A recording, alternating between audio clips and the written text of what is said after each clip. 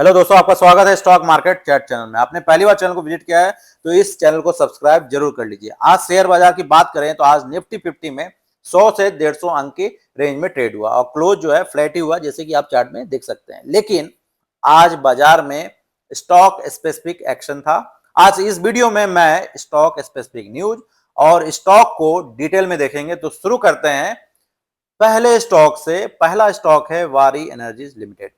वारी एनर्जीज का शेयर आज इंट्राडे में 7% तक भाग गया और क्लोज 6% के करीब हुआ। वारी एनर्जीज को एक ऑर्डर मिला है सोलर मॉड्यूल सप्लाई करने के लिए रिन्यूएबल एनर्जी कंपनी से।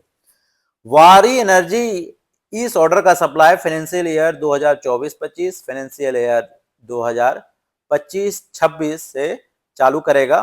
तो जो इस फाइनेंशियल ईयर में चालू करेगा ऑर्डर सप्लाई करना, उसका इफेक्ट इसी ईयर के बैलेंस शीट में दिखेगा। तो दोस्तों, वारी एनर्जी का शेयर अक्टूबर 2024 के लास्ट में लिस्ट हुआ था। रिसेंटली ये आईपीओ आया था, उस अभी ही लिस्ट हुआ है, हाल फिलहाल में कह सकते हैं।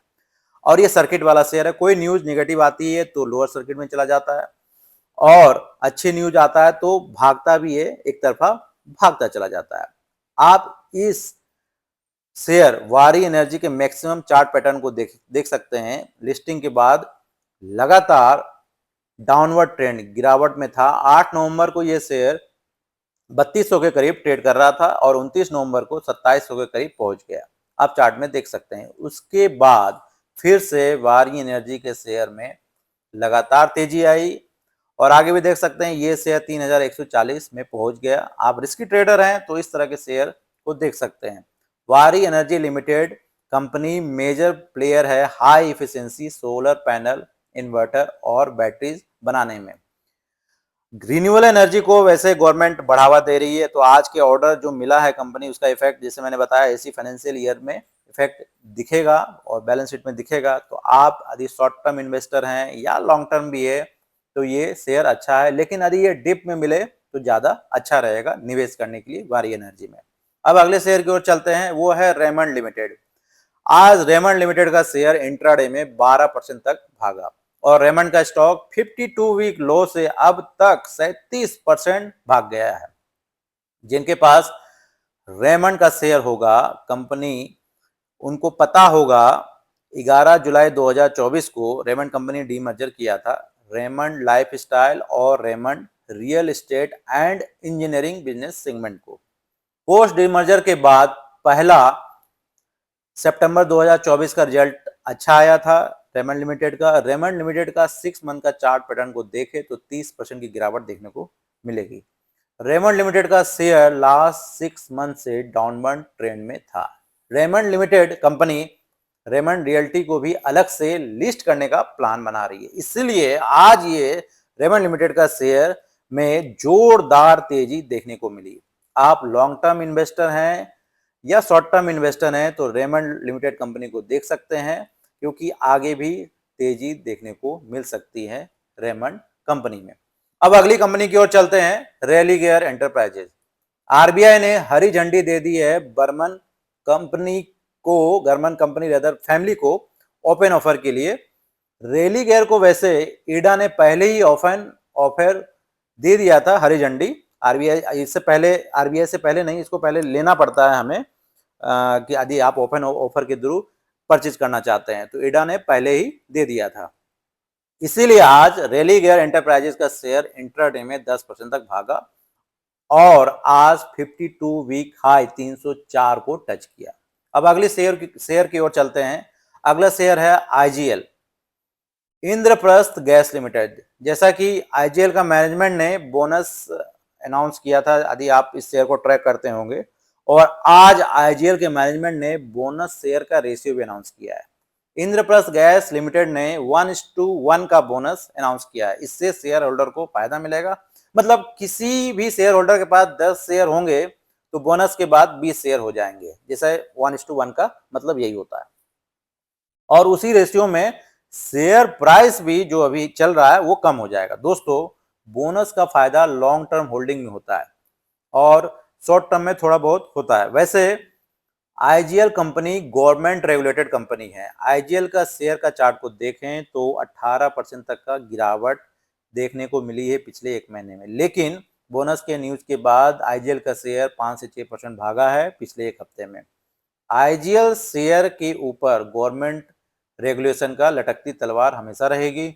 शॉर्ट टर्म में आईजीएल शेयर एक्शन में रह सकता है इस बोनस इशू की वजह से, लेकिन आईजीएल शेयर में बिजनेस का इशू तो रहेगा ही, क्योंकि गवर्नमेंट रेगुलेटेड इसके प्राइस एक्शन के कारण। अब अगले शेयर की ओर चलते हैं, वो है ग्रीव्स कॉटन लिमिटेड। आज ग्रीव्स कॉटन का शेयर इंट्राडे में डबल डिजिट में भागा है, 19% तक भागा है। इस शेयर का भागने का कारण था जाने माने इन्वेस्टर विजय केडिया ने 12 लाख शेयर्स खरीदे हैं ब्लॉक डील के जरिए, जो कि इस कंपनी का 0.52% स्टेक है। विजय केडिया ने ग्रीव्स कॉटन का शेयर इसलिए खरीदा है क्योंकि ग्रीव्स कॉटन कंपनी का इलेक्ट्रिक व्हीकल सेगमेंट का लिस्टिंग होने वाला है। ग्रीव्स कॉटन लिमिटेड की सब्सिडियरी कंपनी है ग्रीव्स इलेक्ट्रिक मोबिलिटी लिमिटेड, जो इलेक्ट्रिक व्हीकल का सेगमेंट में है। ग्रीव्स इलेक्ट्रिक मोबिलिटी का ही आईपीओ आएगा, यही कारण है आज ग्रीव्स कॉटन का शेयर में जोरदार 19% के करीब तेजी देखने को मिली।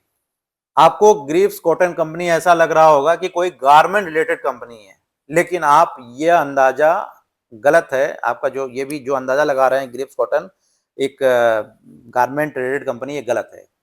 ग्रीव्स कॉटन लिमिटेड एक इंजीनियरिंग कंपनी है जो clean technology power train product बनाती है, जो पेट्रोल, डीजल और सीएनजी इंजन के लिए यूज होता है। क्लीन टेक्नोलॉजी पावर ट्रेन मतलब जो पर्यावरण को नुकसान ना पहुंचाए। दोस्तों, ग्रीव्स कॉटन अच्छी कंपनी है, शॉर्ट टर्म और लॉन्ग टर्म दोनों के नजरिए से आप इस शेयर को देख सकते हैं। अब अगला शेयर को भी देख लेते हैं, Gabriel India limited. Gabriel India limited का शेयर आज इंट्राडे में 8% तक भागा है। दोस्तों, गैब्रियल इंडिया लिमिटेड एक ऑटो एंसिलरी कंपनी है और इसका मेन कंपोनेंट जो बनाती है वो है शॉक ऑब्जर्वर बनाती है। ये कंपनी मिड रेंज कैप की कंपनी है, इसका मार्केट कैप 7,500 करोड़ के करीब है। वैसे अच्छी कंपनी है और इस स्टॉक में प्राइस एक्शन रहता है। गैब्रियल का एक हफ्ते का आप देखें, चार्ट पैटर्न देखें तो ये 20% तक भाग गया है गैब्रियल का स्टॉक। इस शेयर को आप डिप में निवेश कर सकते हैं। शॉर्ट टर्म में 15 से 20% का रिटर्न मिल सकता है इस कंपनी में, और लॉन्ग टर्म के लिए भी अच्छी कंपनी है गैब्रियल इंडिया लिमिटेड का शेयर। दोस्तों, एक न्यूज है पब्लिक सेक्टर बैंक से रिलेटेड। क्या न्यूज है? पब्लिक सेक्टर बैंक ने 42,000 करोड़ का लोन राइट ऑफ किया है। लोन राइट ऑफ का मतलब दोस्तों, ये इंटरेस्ट तो वसूल ही नहीं कर पाए और मूलधन भी नहीं वसूल कर पाए, उसी पैसे को राइट ऑफ कहते हैं। दोस्तों, जो पब्लिक सेक्टर बैंक ने लोन दिया है, मूलधन नहीं वसूल कर पाते तो उस लोन को राइट ऑफ करते हैं। अब देखते हैं कौन से सरकारी बैंक मूलधन भी वसूल नहीं कर पाए और कितना नहीं कर पाए, वो भी देख लेते हैं। भारत का सबसे बड़ा बैंक, सरकारी bank SBI, state bank of India ने 8,312 करोड़ का राइट ऑफ किया है। वही दूसरा public sector bank PNB, Punjab national bank ने 8,061 करोड़ राइट ऑफ किया है सितंबर तक। ये जो डाटा मैंने एसबीआई का भी बताया वो सितंबर तक ही बताया हूं, वो फाइनेंशियल ईयर 2024-25 में। तीसरा पब्लिक सेक्टर बैंक है union bank of India. Union bank ने 6,344 करोड़ राइट ऑफ किया है सितंबर तक, फाइनेंशियल ईयर 2024-25 में। मैं अपने वीडियो में बार बार कहता हूं, पीएसबी में, सरकारी बैंक में एसबीआई को छोड़कर किसी भी बैंक में निवेश करने से पहले रिसर्च जरूर करें, क्योंकि आप पीएसबी में इन्वेस्ट करेंगे तो आपका पैसा ब्लॉक हो सकता है। वैसे आप एसबीआई का टोटल लोन साइज देखें तो 38 लाख करोड़ के करीब है। उसके हम कंपेयर में 8,312 करोड़ का राइट ऑफ थोड़ा कम है, लेकिन फिर भी राइट ऑफ किसी भी बैंक के लिए सही नहीं होता है। जैसे मैंने बताया, मूलधन ही वसूल नहीं कर पा रहा है बैंक। एसबीआई का प्रॉफिट बाकी सरकारी बैंक के कंपेयर में 2 से 3 गुना ज्यादा रहता है, तो राइट ऑफ का शौक ऑब्जर्व कर लेता है। इसलिए आप एसबीआई का शेयर का रिटर्न चाहे 1 साल का देखें या ऑल टाइम का देखें तो 56 टाइम्स का रिटर्न दिया है जब से लिस्ट हुआ है। आप एसबीआई शेयर को देख सकते हैं जब भी डिप आए तो। दोस्तों, इस वीडियो में जो भी शेयर डिस्कस किया हूं उसमें कोई सेल, परचेज और एवरेज का कोई रिकमेंडेशन नहीं है। आपको आज का वीडियो इंफॉर्मेटिव और अच्छा लगा तो आप इस वीडियो को लाइक, सब्सक्राइब, कमेंट और शेयर जरूर करें। आपका बहुत बहुत धन्यवाद। Thank you.